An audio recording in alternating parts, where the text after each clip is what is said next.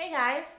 As I was making the Buzzword video, I came across Lizzie Faylove's book's tag regarding bookish boxes and buzzwords. I love Lizzie Faylove's books, and so I somehow missed this tag.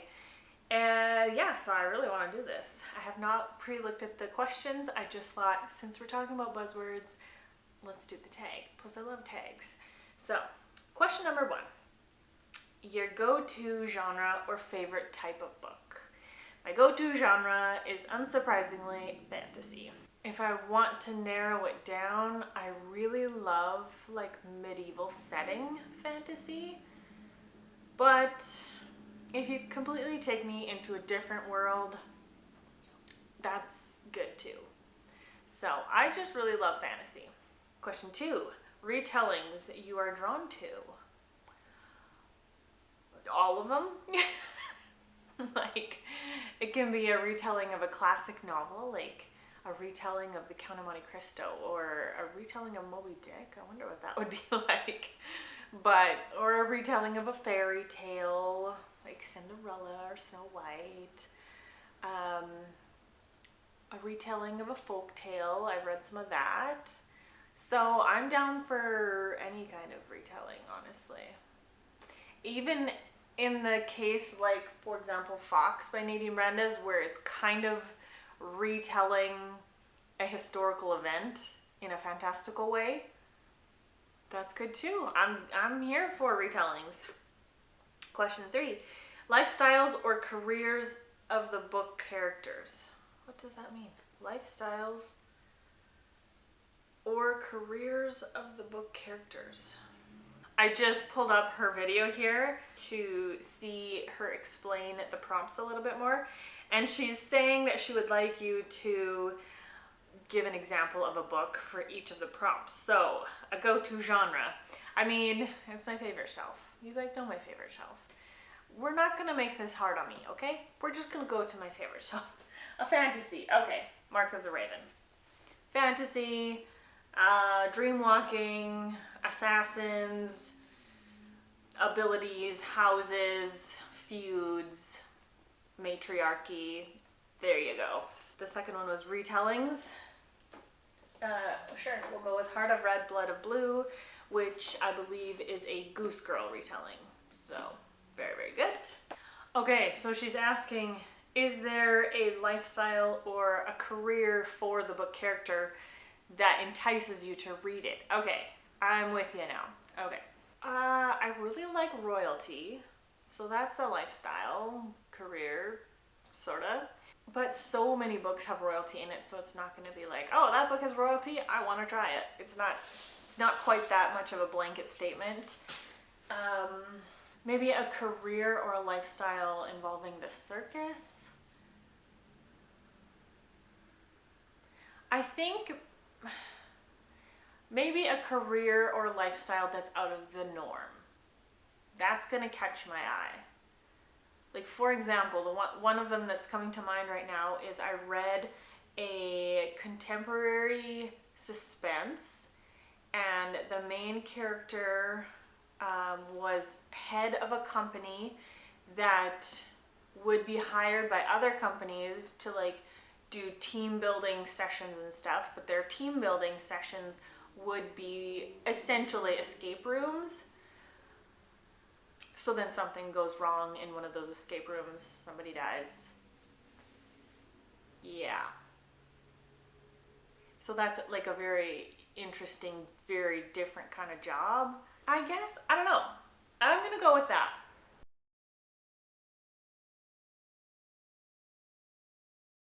Question 4.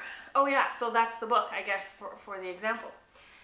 Question 4. Places or settings you're drawn to. Places or settings. Settings, medieval, like I said.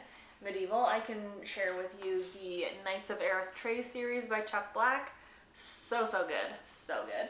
But there's so many medieval fiction out there. So much medieval fiction out there that there's countless books. So that's a setting. A place. Oh yeah, like I mentioned in my Buzzword video, like an amusement park. I'm already quite interested. Even the thought of a book being set at an amusement park, I'm interested. And I don't have an example for that one. Oh, I do have an example for that one.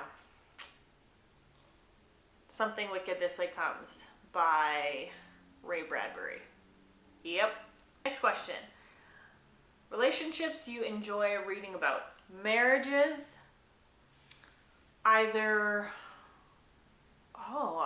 Marriages in all sorts of different settings.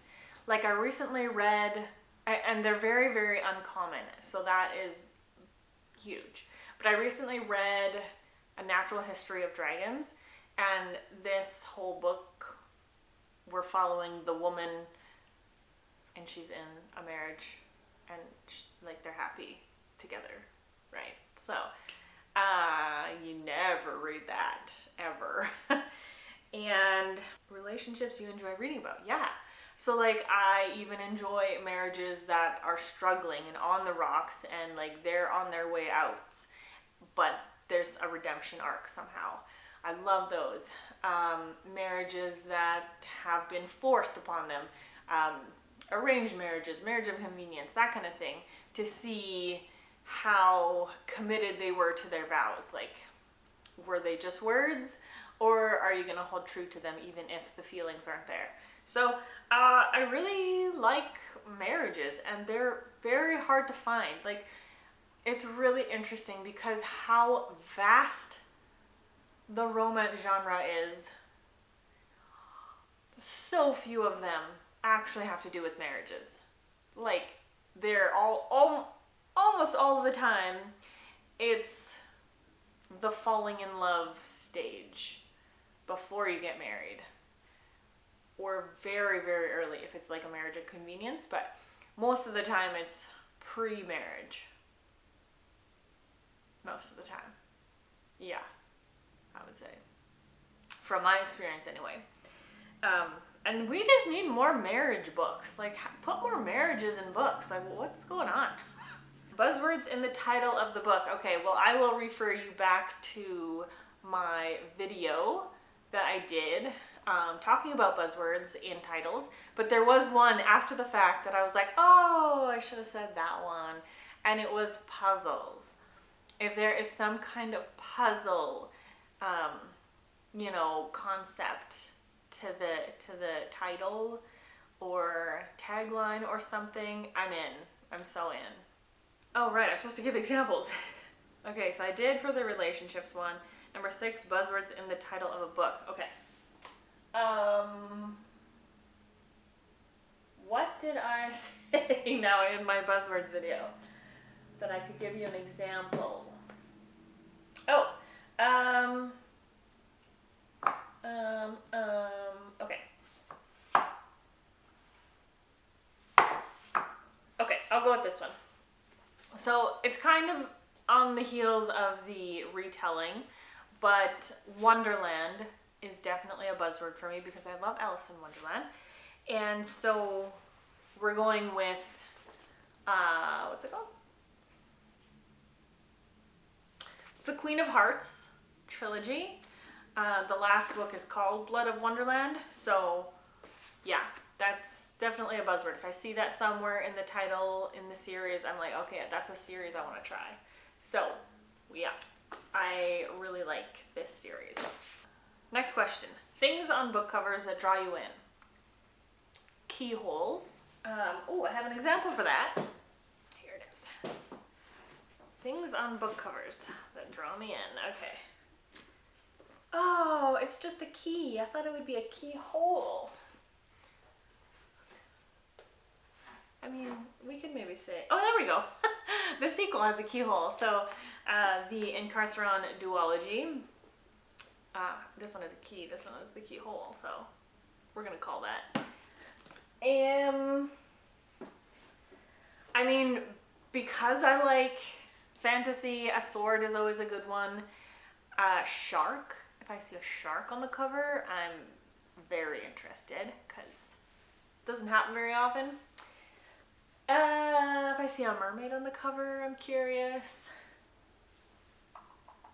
a sword. A crown is a good one because I like royalty. Yeah, there's a few. There's a few. The next question, number 8, nonfiction buzzwords. What type of nonfiction are you drawn to? I typically only read Christian nonfiction. I find nonfiction takes a lot more out of me. Therefore, I am selective with what I spend that time on. So I really prefer it most of the time to be of Christian content. But a buzzword within nonfiction, I don't have that. I have a little area of my favorite nonfiction over there. I guess the only thing I can think of is the word pray or prayer or praying or something to that effect, because I have a little collection of prayer books, like prayer Christian nonfiction, that I do want to dive into. I've been saying this for years and I should just do it. But maybe that. I don't know. I don't really have any other buzzwords for nonfiction. Number 9, medical or physical conditions of characters.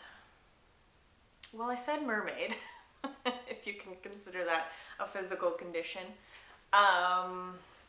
Medical or physical condition? I don't know if there is one that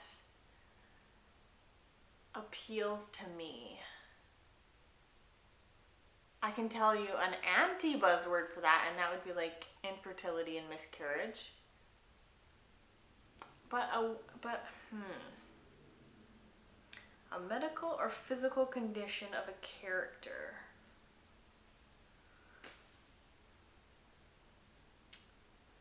Again, maybe I would say something out of the norm, out of the typical, because I read The Insignificant Life of a Cactus many years ago, and that one has a girl that was born with no arms, going to school. She meets a boy with Asperger's. And I have never met someone without arms, and I've never met someone with Asperger's. So I think maybe just something that I'm unfamiliar with. Yeah, that's what I'm going to say. Next question. Time of year or time in history or future that you are drawn to? Okay, let's say it again. Medieval. I do like sci-fi, so a futuristic timeline is good too. I do like time travel, so that's good too. I like historical. I don't like reading about wartime, so I tend to stray away from those periods of time, but I do like general historical and medieval. I like historical fiction set in Bible times. I don't really like biblical fiction. So I guess there's a few there. What can I give you for an example? Time in history. Well, I did kind of give you a medieval one already, but what about a futuristic one? I guess maybe? I'm gonna go with this one. But then there was another caveat to that question, and it was a time of year. Do I have a favorite time of year to read of? Not when the time of year is that I'm reading, but in the book, what time of year is it? I don't have that. It doesn't matter to me. Most of the time I don't even notice. So yeah. There's 2 bonus questions. Bonus number 1 is any other bookish boxes or buzzwords not already mentioned? Okay. Yeah, I will say go ahead to my other videos. I also have, I have the buzzword video that I recently did, and then I have just general things that I enjoy reading in terms of like themes or plot points or literary devices or whatever. So I have that video as well. So check out both of those. Bonus number 2, what bookish boxes or buzzwords turn you away from a book? So an anti-buzzword, if you will. I do plan to do an anti-buzzword video, probably in the near future. So what can I give you for a teaser? Well, I did kind of already say like infertility and miscarriage. That would be an anti-buzzword. What else? War, another anti-buzzword. If it's science fiction or fantasy war, that's fine. I'm more fine with that. But if it's historical, real world war, I don't want to read that. Yeah, there. I'll give you a couple. Wait for that video to come out. And I guess that's it. So she wants us to tag some people. I'd love to see your answers to it. This is a lot of fun. I hope you guys have a lovely day. I appreciate you guys for being here and for watching and for commenting and liking and subscribing and hyping and all the stuff. So yes, I just wanted to tell you that I thank you. And I hope you have a lovely day, and I'll see you in whatever comes next. Bye!